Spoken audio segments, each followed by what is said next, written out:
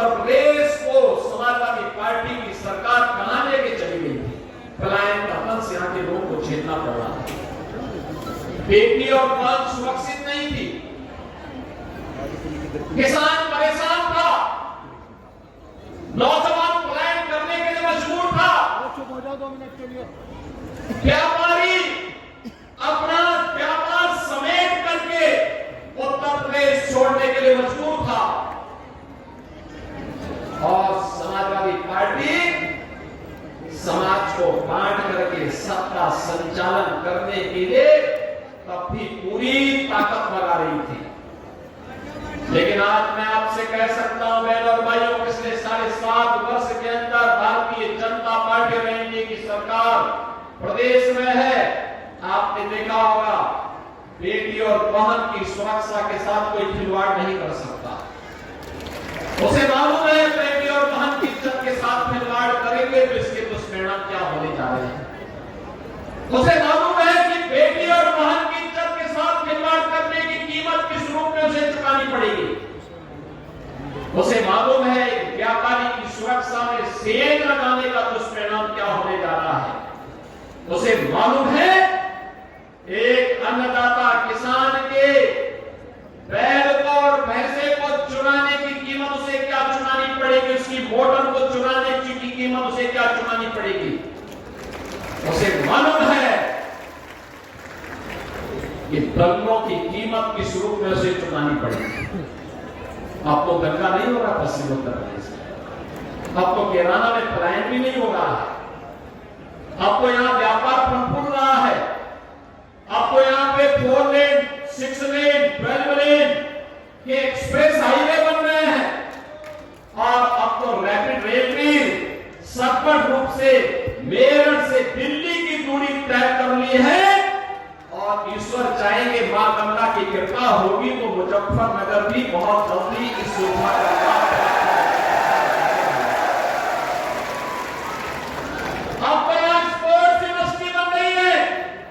सहारनपुर में भी एक विश्वविद्यालय मां शाकंभरी के नाम पे बन गया है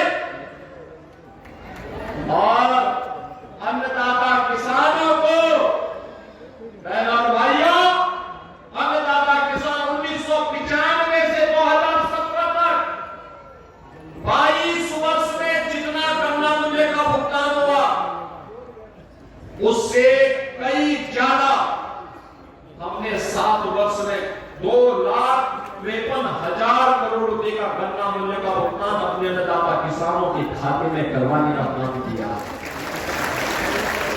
बहनों और भाइयों, आज अन्नदाता किसान सम्मान निधि का लाभ प्राप्त कर रहा है।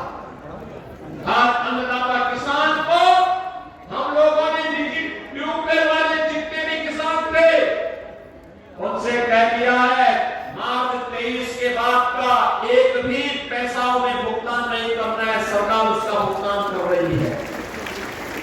बहनों और भाइयों, आज सरकार ने युवाओं के लिए तमाम प्रकार के कार्यक्रम आगे बढ़ाए हैं।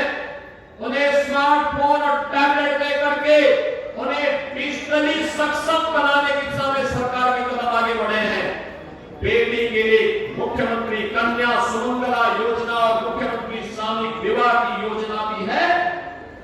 तो चीनी मिलों के पुनरुद्धार के कार्यक्रम को भी आगे बढ़ाने के लिए हम लोगों ने शुरुआत की है। मेरा सौभाग्य है कि किसानों के मसीहा भारत रत्न चौधरी चरण सिंह जी की पावन कर्मभूमि छपरौली की चीनी मिल से हम लोगों ने शुरुआत की थी और मोराना की चीनी मिल होते हुए आगे सिलसिला लगातार आगे बढ़ता है। हमारा अन्नदाता किसान अपनी मेहनत से, अपने पौरुष से इस धरती माता को लहला करके भारत का पेट भरने का कार्य करता है। उसको किसी के सामने हाथ नहीं फैलाना है।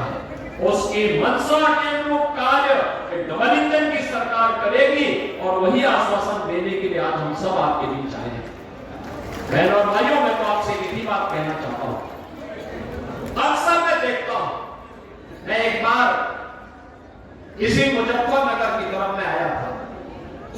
मुझे यहां पर एक कार्यकर्ता उस समय बोल रहा था, मैं यहां भाषण कर रहा था, तब तक पब्लिक के बीच से से नारा आ रहा था। वो कह रहा था कि 12 से 17 के बीच में एक नारा चलता था और वो नारा होता था, जिस गाड़ी पर सपा का झंडा समझो बैठा है कोई।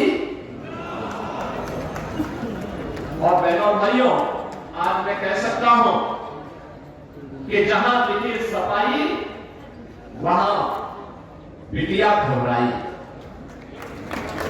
आपने देखा होगा उनके कारनामों को। अयोध्या में नजारा आपने देखा होगा, कमरोज में देखा होगा। ये नया ब्रांड है समाजवादी पार्टी का, ये नया ब्रांड है इनका।